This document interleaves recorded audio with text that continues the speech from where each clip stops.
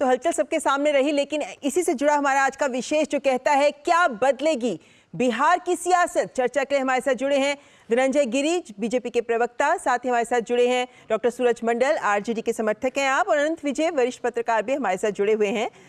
Doctor सूरज मंडल, हमने ये देखा है कि जो राजनीतिक उठापटक हो रही है वो तो है ही, लेकिन साथ ही साथ हमने देखा कि कैसे आज भी बिहार में बड़े स्तर पर प्रशासनिक अधिकारियों का फेरबदल हुआ है। कल भी 30 प्रशासनिक अधिकारियों का ट्रांसफर्स किए गए हैं, उनका भी फेरबदल किया गया है। और उसके बाद आज का घटनाक्रम हमारे सामने है। आरजेडी क्या संकेत लगा रही है इस सब से? जो आपने प्रशासनिक अधिकारियों का फेरबदल कहा, जाहिर है कि लोकसभा चुनाव नजदीक है और जो सरकार में लोग हैं उनको अपने हिसाब से प्रशासन में लोगों को एक दूसरे स्थान पर रखना पड़ता है। और ये था भी कि कई महीने, कई साल जो टेंटेटिव टेन्योर होता है पदाधिकारियों का, वो गुजर चुका था, तो वो एक सामान्य सी घटना है। दूसरी बात है कि जो आपने कहा कि राजद और जदयू के बीच में, देखिए ये पूरी शुरुआत जो हुई थी, जो पहले विधानसभा चुनाव हुए उसमें सबसे बड़ी पार्टी तो राष्ट्रीय जनता दल थी और उसके बाद भारतीय जनता पार्टी और जदयू के विधायक तो काफी कम थे। तो जदयू को के नीतीश जी को मुख्यमंत्री बनाया गया भारतीय जनता पार्टी द्वारा, और उसी भारतीय जनता पार्टी ने फिर नीतीश जी को साइड करने की कोशिश की, जिसके बाद उन्होंने राजनीतिक तौर पर एक निर्णय लिया और उस निर्णय के बाद राष्ट्रीय जनता दल के साथ उनकी सरकार बनी रही। लेकिन इस सरकार में दो बड़े कदम उठाए और पूरे देश में उन्होंने एक उदाहरण पेश किया। सबसे पहला ये था कि सामाजिक न्याय के पृष्ठभूमि में जो जातीय जनगणना की मांग हो रही थी, वो जातीय सर्वे करके बिहार सरकार ने साबित कर दिया कि यहाँ जो सामाजिक रूप से उपेक्षित कौन है नहीं है, उसके बारे में अटकलें लगाने के बजाय और उसके बारे में सही जानकारी जो सरकार को होनी चाहिए, लोगों को होनी चाहिए, उस पर उनका प्रयास बहुत ही सराहनीय रहा और वो सफल भी रहे। दूसरा, उन्होंने बहुत बड़ी एक कदम उठाई जो था रोजगार देने। जो केंद्र की सरकार थी, उन्होंने एक झूठे वायदे किए थे, जुमला था कि 2 करोड़ देंगे, और इस देश में बेरोजगारी की जो स्थिति है पूरे देश को पता है। ऐसी परिस्थिति में बिहार सरकार ने आगे बढ़ के अनेक रोजगार के अवसर मुहैया कराए। वो सब तो ठीक है, वो सब तो अपनी तरफ। जी जी डॉक्टर मंडल। हाँ, बस मैं तुरंत समाप्त कर देता हूँ अपनी बात को। तो ये जो है निर्णय आगे जो इंडिया गठबंधन के साथ बने रहने का जदयू में का या नहीं बने रहने का जो निर्णय है, उसकी आधिकारिक तौर से अभी कोई घोषणा नहीं हुई। ये कयास लगाए जा रहे हैं और तमाम अटकलें जो है सही भी साबित हो सकती है, नहीं भी हो सकती। तो मतलब आरजेडी तैयार है दोनों तरह की तस्वीरों को लेकर आगे बढ़ने के लिए कि यानी अगर जदयू इंडी गठबंधन का साथ छोड़ के बीजेपी के साथ हो जाती है तो भी आरजेडी तैयार है। हालांकि आज तो खबरें आ भी रही थी कि जीतन राम मांझी को तक भी अप्रोच करने का प्रयास किया जा रहा है, तमाम अन्य बहुमत जुटाने का भी प्रयास आरजेडी खेमे में शुरू हो चुका है। तो ये बात सही है? देखिए, राजनीति में हमेशा एक्शन एंड रिएक्शन रहता है। जो नीतीश जी अगर कोई निर्णय लेंगे तो जाहिर तौर पर जो अपने मांझी साहब हैं पूर्व मुख्यमंत्री, या जो चिराग पासवान हैं, या जो उपेंद्र कुशवाहा साहब हैं, ऐसे लोग जो हैं उनके अपने निजी संबंध जो नीतीश कुमार से अच्छे नहीं थे। तो आपकी बात सही है कि जाहिर है कि प्रयास तो किए ही जाएंगे। चलिए मैं वापस आऊंगी, लेकिन अभी मैं धनंजय जी के पास जाना चाहूंगी। मैं वापस आऊंगी डॉक्टर मंडल, आपके पास टाइम कम है, थोड़ा जल्दी सबको ले लेते हैं। धनंजय जी, अब आज तो आपके कई नेताओं ने इस बात को कहा है कि राजनीति में दरवाजे खुले ही रहते हैं, तो जरा बताएंगे आपके बीजेपी ने दरवाजा कितना खोल रखा है और किसके लिए? ममता जी, देखिए, आज नरेंद्र मोदी नाम का जो ये अभियान चल रहा है, महायान चल रहा है, नेशन को आगे बढ़ाने का एक सतत निरंतर प्रयास चल रहा है। उस प्रयास में कोई अगर आना चाहता है, कोई अगर उसमें अपना एक ईंट जोड़ना चाहता है, तो वो देखा जाएगा, वक्त के साथ, समय के साथ तय किया जाएगा। लेकिन अगर आप नीतीश जी के जीवन की पूरी यात्रा पर अगर बात करें तो नीतीश कुमार जी के पास कम सीटें होते हुए भारतीय जनता पार्टी ने उनको सहयोग किया और भारतीय जनता पार्टी कार्यकर्ताओं ने लाठी खाई, गोलियां खाई, प्राणों की वर्तिका बनाकर तिल तिल लड़े। बिहार में जब कोर्ट ने कहा था इट सीम्स इट्स जंगल राज इन बिहार, बिहार जो था वो घटाटोप घोटालों के अंधेरों में करा रहा था, जहां जमीन घोटाला, मकान घोटाला, अलकतरा घोटाला, बर्दी घोटाला, स्लेट घोटाला, वन घोटाला, चारा घोटाला और नौकरी के नाम पर नया घोटाला। तो ये जिस तरह की स्थितियां थी और जिस तरह से वो सामाजिक न्याय की बात ही कर रहे हैं, मैं उसको बता दूं कि सामाजिक न्याय के नाम पर जो अंधेरगर्दी लालू परिवार ने की है और जिस तरह से नोलैंड फॉर जॉब की स्कीम है चलाई है, लोगों के जमीन मकान सब तो लिखवा रखे हैं और उन्हीं उसी विशेष जाति वर्ग के हैं जो उनके जिसकी वो राजनीति करते हैं और उन लोगों ने कोर्ट में एफिडेविट किया है कि हमसे नौकरी के बदले ये सब चीजें ली गई हैं। तो इस तरह की स्थितियों में और बिहार अभी हाल में पिछले हफ्ते घटना घटी थी पटना में, उसके जो अपराधी थे उनके तार डिप्टी सीएम के परिवार तक से जुड़ गए। तो बिहार में जंगल राज की वानगी जो है नीतीश कुमार के जीवन की अगर आप पूरी यात्रा देखेंगे जी, तो लेकिन धनंजय जी, नीतीश कुमार ने मंचों से कहा जी एक सवाल चाहूंगी मैं, आप जवाब दें उसका, क्योंकि बहुत से लोग इस सवाल को उठा रहे हैं, इसलिए मैं भी आपसे सवाल पूछ रही हूं ताकि आप बीजेपी के बिहाफ पे स्थिति स्पष्ट कर सके। क्योंकि हमने देखा है कि पहले भी बीजेपी को छोड़ के नीतीश कुमार ने पाला बदल लिया और अभी हमने ये भी देखा कि कैसे हाल फिलहाल नीतीश सरकार को लेकर आपके कार्यकर्ता, आपके नेता सड़कों पर उतरे, लाठियां भी खाई, प्रदर्शन भी किया बिहार में। उसके बाद भी बीजेपी नीतीश का स्वागत करने को तैयार है, क्यों? देखिए, बात स्वागत की नहीं है, बात दल की नहीं है, बात देश की है, बात प्रदेश की है, बात वहां की जनता की है, बात वहां के आवाम की है। संगत से गुण होते और संगत से गुण जात। आज इस तरह की वहां पर स्थितियां बनी हुई हैं, जंगल राज पार्ट 2 की वापसी हो रही है, गोलियों की गड़गड़ाहट अब दिन में ही सुनाई देने लगी है, छिनताई अपहरण, बालू माफियाओं का राज और जिस ढंग से पुलिस अधिकारियों पर चलना, पत्रकार की हत्या, पुलिस अधिकारी की हत्या। बिहार हमारे लिए हमारी चेतना के केंद्र में राष्ट्र है। हम लोगों ने पहले भी दल को कुर्बान किया है देश के लिए। ये हम इदम राष्ट्र इदम न मम, हमारे लिए दल महत्वपूर्ण नहीं है। हमारे लिए लोकमत, जनमत, अभिमत, बहुमत, लोकतंत्र हमारे लिए कोई चुनावी अवधारणा नहीं। लोकतंत्र हमारे लिए जीवन मूल्य, इसको हम जीते हैं और इसलिए बिहार के दर्द को, बिहार के आम आवाम की पीड़ा के साथ हम आत्मसात कर रहे हैं अपने आप को, वहां की परिस्थितियों को देख करके। दूसरी बात, हम तो अपने विचार जहां थे वहीं खड़े, हम जहां थे वहीं पर खड़े हैं, वहीं पर खड़े रहेंगे और सदैव खड़े रहेंगे। हम 2 पर थे तो भी खड़े थे और 303 पर हैं तो भी खड़े हैं। लेकिन जो नीतीश जी गए थे तो जाने का कारण वो बताएंगे, अगर आ रहे हैं जैसे कि आप चैनलों पर बता रहे हैं, हम तो आपके चैनलों के माध्यम से सुन रहे हैं जी। तो यानी कि मैं समझ गई, यानी बीजेपी का ये कहना है कि हम बिहार की बेहतरी के लिए और राष्ट्र की, देश की बेहतरी के लिए दल महत्वपूर्ण नहीं है, लेकिन हम इसलिए आगे बढ़ के उनके साथ जुड़ना चाहते हैं ताकि हम बेहतरी के लिए, विकास के लिए काम भी कर सके। लेकिन अनंत विजय जी, अगर हम बिहार को देखते हैं तो देश की राजनीति में अहम स्थान रखता है ये राज्य। कितने आंदोलन देखे हैं इस राज्य ने, लेकिन आज की तारीख में अगर हम बात करते हैं तो हम पाते हैं कि यही बिहार है जहां से विपक्षी गठबंधन की शुरुआत की। नीतीश कुमार वो नेता हैं जिन्होंने विपक्षी गठबंधन के लिए दलों को एकत्रित भी किया और अब आज वही नीतीश कुमार इस बीजेपी का हाथ थामते नजर आ रहे हैं। बात कही जा रही है, अटकलें हैं, लेकिन जब तक आधिकारिक पुष्टि नहीं होती, लेकिन वो पाला बदलने को तैयार दिखते हैं। कैसे देखते हैं आप इस बदलाव को? क्या कारण लगता है इसके पीछे अगर ऐसा होता है? क्योंकि राजनीति में कुछ भी एक दिन में तो हो नहीं जाता, संकेत तो पहले से मिलने लगते हैं ना।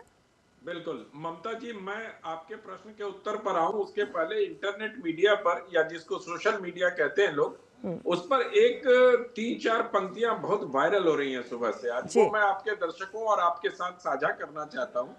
उसमें ये कहा गया है कि नीतीश कुमार जी दुनिया के इकलौते मुख्यमंत्री हैं जो मुख्यमंत्री बनने के लिए मुख्यमंत्री पद से इस्तीफा देते हैं।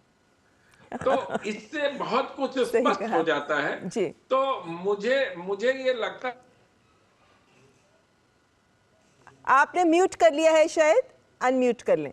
कुमार जी और बिहार की बात कर रहे होते, इंडी गठबंधन की बात कर रहे थे हम लोग अभी।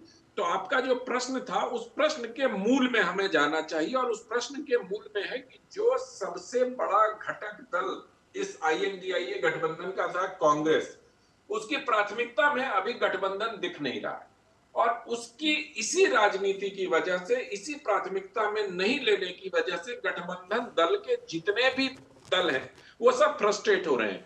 आप देखिए, अगर कश्मीर से उठाइए तो कश्मीर में फारूक अब्दुल्ला ने कहा कि अगर गठबंधन नहीं होगा तो हम तीसरे मोर्चे के विकल्प पर बात कर सकते हैं। अखिलेश जी ने उत्तर प्रदेश में जयंत चौधरी के साथ अपने सीटों की घोषणा कर दी। ममता बनर्जी ने कह दिया कि हम अकेले चुनाव लड़ेंगे। तो अगर आप पूरे प्रदेशों की व्याख्या करेंगे तो इस प्रकार से कहीं ना कहीं आपको दलों के बीच जो फ्रस्ट्रेशन दिखाई देता है वही फ्रस्ट्रेशन नीतीश बाबू का भी है।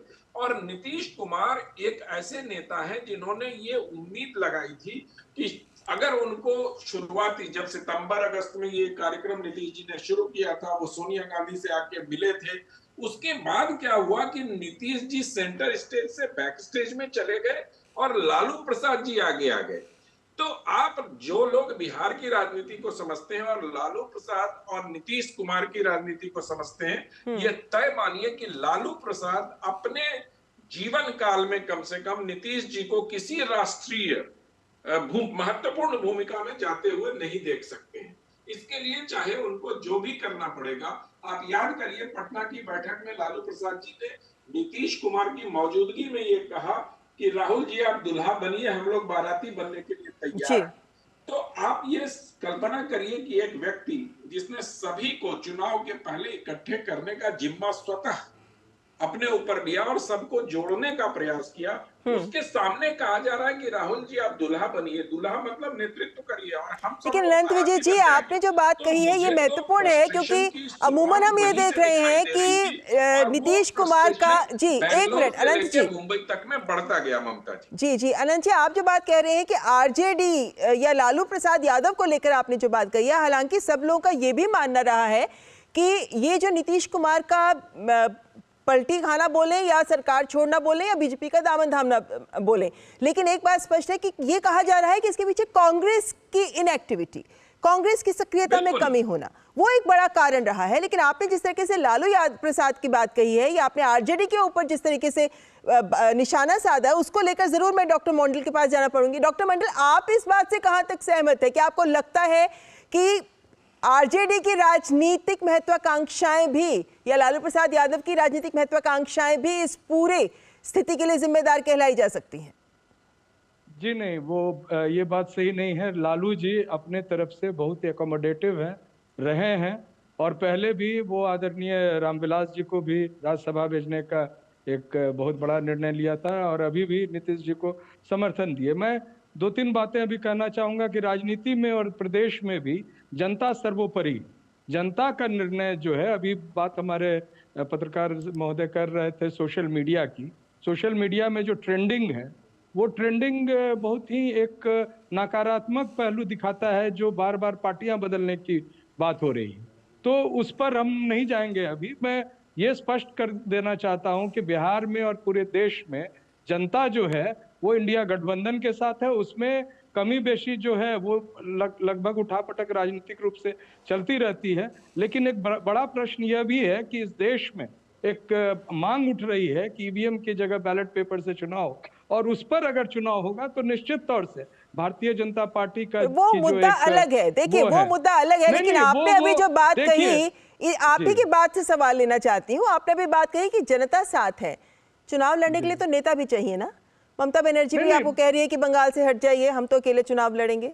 अब यहाँ पर फिर अब बिहार में भी आपको समस्या शुरू हो गई है। और ये क्या इसको, क्योंकि बहुत सारे लोग सोच रहे हैं कि ये तो अभी शुरुआत है, अभी आने वाले दिनों में शायद ऐसा ये स्थिति और बिगड़ सकती है इंडी गठबंधन के लिए। देखिए एक तो इंडिया गठबंधन है, इंडी गठबंधन आप कह रही हैं, तो एनडी गठबंधन उधर कहिए, उसको एनडीए कहिएगा, इसको इंडी कहिए, नहीं, दिस इज इंडिया अलायंस। दूसरी बात ये है, वो तो बात अलग है। देखो इंडिया अलायंस ही है, वो भी हमने उसे हिंदी में बोल दिया। नहीं, जी बताइए। इंडी नहीं बोला जाता है, चलिए आप बोलिए आपको जो ठीक लगता है, परहेज लगता है बहुत। और दूसरी बात ये देखिए, अभी जो स्थिति आप कह रही है, सबसे बड़ा प्रश्न है कि भारतीय जनता पार्टी लाख चाह कर भी कोई भी पार्टी को अपने साथ जोड़ नहीं पाई, और जो इंडिया गठबंधन में पार्टियां जुड़ी है वो निश्चित तौर से बड़े पैमाने पर और बड़े स्तर पर उससे कहीं आगे पार्टियां हैं। और जब बहुत सारी पार्टियां होती हैं और राजनीतिक महत्वाकांक्षाएं हर एक पार्टी की रहती है, और सीटों के बंटवारे को लेकर दो ही पार्टी में तालमेल करना बड़ी मुश्किल रहता है। तो आप ये मानते हैं कि काम मुश्किल है जरूर इंडी गठबंधन में सबके बीच में सहमति बनाने का, लेकिन प्रयास जारी है। चलिए वक्त थोड़ा कम है, धनंजय जी आपसे आखिरी सवाल लेना चाहूंगी। धनंजय जी, अब ये तो जिस तरीके से हम देख रहे हैं कि नीतीश कुमार भी पाला बदलने को तैयार दिखते हैं इस वक्त, हो सकता है कि हमको 28 को जब उनकी बैठक होगी जदयू की, तब एक बड़ा संकेत भी सामने को आ जाए। लेकिन बीजेपी, क्या हम ये कह सकते हैं कि इस तरह की एक शुरुआत के तौर पर एक पहल सामने आई है क्या हम ये माने कि देश के विकास को ध्यान में रखते हुए या विपक्षी गठबंधन जिस तरीके से प्रयास कर रहा है, आपने जैसे जमीन खींचने का प्रयास हो रहा है विपक्षी गठबंधन के नीचे से, जमीन के नीचे से, उसके हिसाब से क्या हम माने कि आने वाले दिनों में ऐसे और प्रकरण भी देखने को मिल सकते हैं? दरवाजा खुलता नजर आ रहा है। ममता जी, दो बातें हैं। एक तो सूरज जी को, आदरणीय सूरज जी को पता ही नहीं है कि जो इंडिया अलायंस है उसका फुल फॉर्म क्या है। अगर पता होता तो उस पर डिबेट ही नहीं कर रहे होते। नहीं, देखिए, चलिए उसको नहीं छेड़ते, टाइम थोड़ा कम है। धनंजय जी संक्षेप में जवाब दे दीजिए।